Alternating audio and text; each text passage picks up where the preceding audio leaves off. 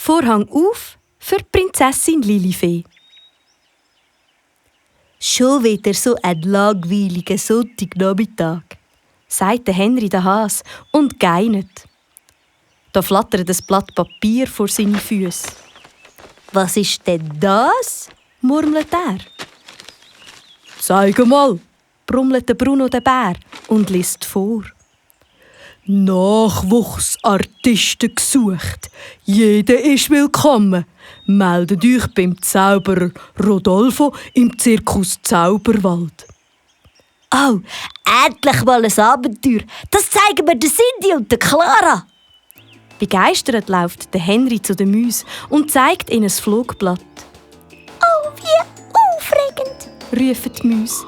«Da müssen wir hin. Lilifee, Lilifee, wir gehen zum Zirkus und lernen tolle Kunststückchen.»